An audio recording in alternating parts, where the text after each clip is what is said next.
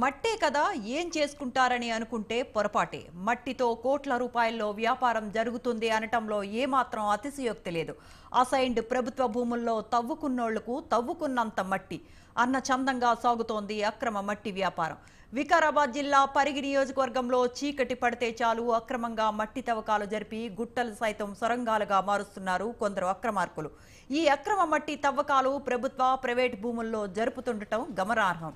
దీంతో వికారాబాద్లో గుట్టలు, కొండలు, చెరువులు మాయమవుతూ ఉన్నాయి.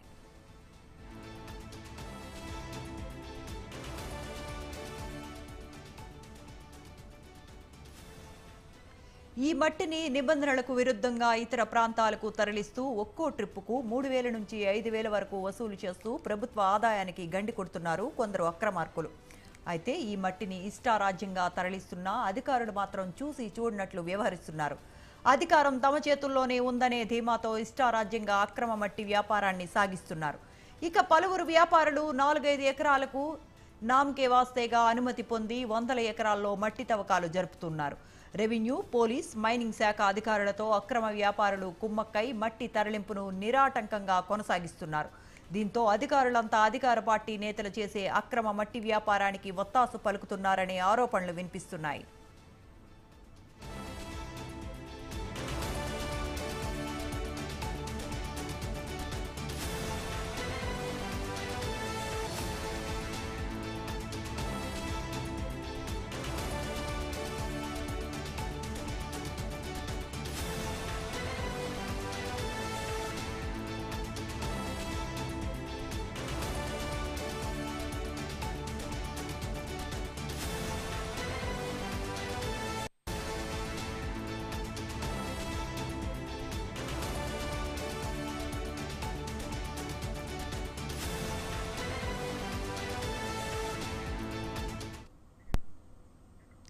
ఈ మట్టి దందాలో ప్రధాన రాజకీయ పార్టీల నాయకులు పాత్ర ఉన్నట్లు తెలుస్తోంది.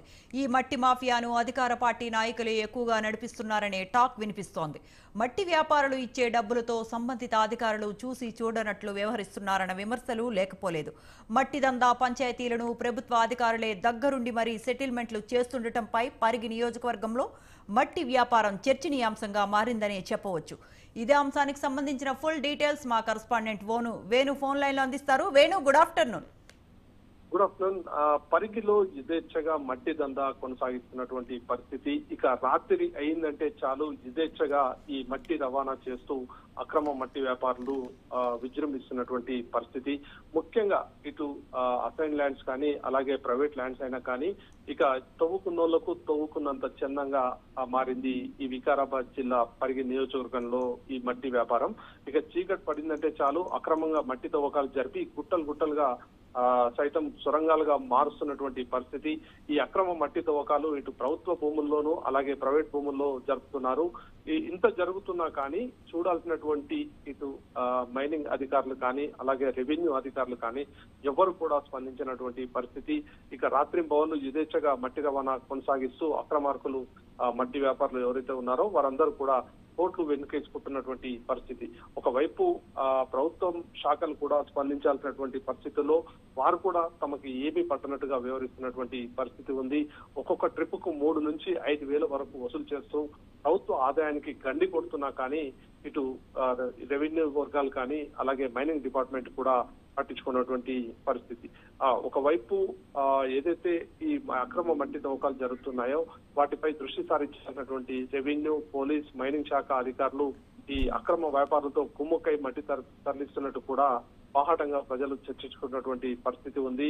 ఇక ముఖ్యంగా ఏదైతే పరిగి మండలం రంగాపూర్, నజీరాబాద్, రూప్ఖాన్పేట్, గన్సింగాపూర్, ఇబ్రహీంపూర్, రంగంపల్లి, తుంకలకొండ, సుల్తానాపూర్, జాఫర్పల్లి, సైద్ మల్కాపూర్ లో ఈ యథేచ్ఛగా ఈ మట్టి వ్యాపారం కొనసాగుతున్నటువంటి పరిస్థితి ఉంది. అలాగే దోమ మండలంలో కూడా ఈ మట్టి వ్యాపారులు విజృంభిస్తున్నారు. మరోవైపు పులకచెర్లలో కూడా పలు గ్రామాల్లో కూడా యథేచ్ఛగా మట్టి తవ్వుతున్నా కానీ ఇటు రెవెన్యూ శాఖ అధికారులు కానీ మైనింగ్ అధికారులు కూడా పట్టించుకున్నటువంటి పరిస్థితి ఉంది. మరోవైపు స్థానికంగా జరుగుతున్నటువంటి చర్చ ఏంటంటే ఇక్కడ మట్టి అక్రమంగా తవ్వుతున్నారని చెప్తే కూడా ఎక్కడ తవ్వుతున్నారు ఏంటి అని ఉల్టా అధికారులే ప్రశ్నిస్తున్నటువంటి పరిస్థితి ఉంది. ఇక ఈ మట్టి వ్యాపారులతో ఇటు అధికారులు కూడా కుమ్మక్కయ్యారు కాబట్టే వీరిపై ఎలాంటి చర్యలు తీసుకోవడం లేదు అని చెప్పి కూడా స్థానికులు చర్చించుకుంటున్నారు. ముఖ్యంగా ఈ మట్టి దందాలో అధికార పార్టీకి సంబంధించినటువంటి ముఖ్య నాయకుల పాత్ర ఉన్నట్లు కూడా స్థానికంగా ఉన్నటువంటి ప్రజలందరూ కూడా చర్చించుకున్నటువంటి పరిస్థితి.